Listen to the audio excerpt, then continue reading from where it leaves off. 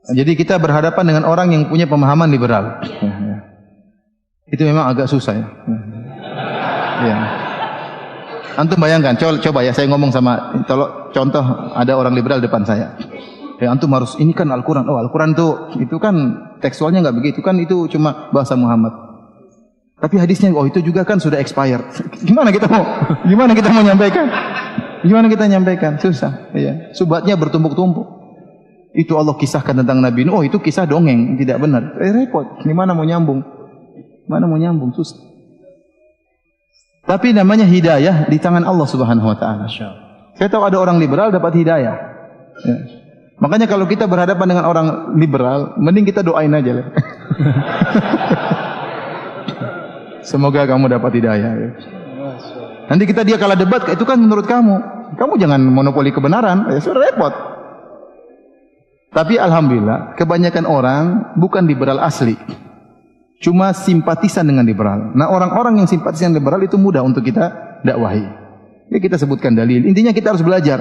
Karena Anda kalau berhadapan orang liberal harus pintar. Kalau Anda enggak pintar, Anda jadi liberal nanti bahaya. Ya. Makanya saya kan lebih kita doain. Ya. Nah, kalau sudah ketemu liberal asli memang susah. Ya, bayangkan mereka bebas berpendapat. Saya lihat di YouTube anak muda mahasiswa kemudian bikin tulisan area bebas Tuhan. Subhanallah, apa maksudnya area bebas Tuhan? Area bebas Tuhan penuh iblis mungkin maksudnya, penuh iblis. Kemudian mereka berzikir anjinghu akbar, waliyadzubillah anjinghu akbar. Subhanallah. Kalau kita bilang anjing bapakmu gimana? Anjinghu akbar. Jadi kan nanti dia bilang, oh maksud saya begini, maksud saya bebas berpendapat. Waliyadzubillah. Jadi itulah kenyataannya. Jadi maksud saya, kalau kita berhadapan dengan orang liberal, mending kita doain. Kalau kita tahu dia liberalnya mendalam, mending kita jauhin. Buang-buang waktu. Cari teman yang baik. Kalau enggak kita kena syubhat, bahaya. Dan syubhat itu menyambar-nyambar. Tiba-tiba masuk. Saya katakan tadi, pemikiran mereka itu bukan pemikiran sembarangan. Terstruktur atau tidak? Terstruktur. Dari pertemuan kemarin sampai pertemuan sekarang, pemikiran mereka terstruktur. Nah kalau orang tidak ngerti bisa kena. Makanya saya katakan liberal ini bisa masuk sama orang yang pinter tapi tidak punya landasan agama yang kuat. Tapi kalau sama mbah-mbah di kampung nggak bisa masuk, nggak bisa terima. Aneh kata mereka, aneh.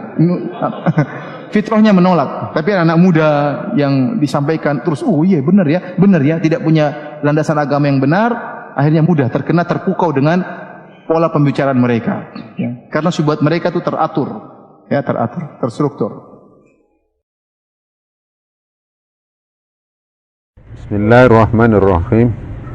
Assalamualaikum warahmatullahi wabarakatuh. Pemirsa sekalian, kita berada di depan Masjid Istiqomah yang telah melewati lebih dari 1 tahun masa renovasi. Renovasi ini didukung sepenuhnya oleh jamaah dan muhsinin serta dukungan dari Yayasan Masjid Istiqomah Kaflim Pengadilan Jakarta Timur. Alhamdulillah, setelah melewati hampir 2 tahun proses renovasi pada masa pandemik ini, kami sekarang memasuki tahap-tahap akhir proses penyelesaian renovasi.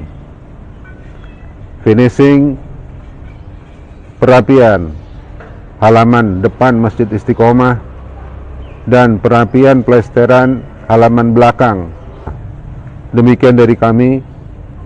Maaf sebelumnya apabila ada kata-kata yang tidak sesuai dalam ucapan kami.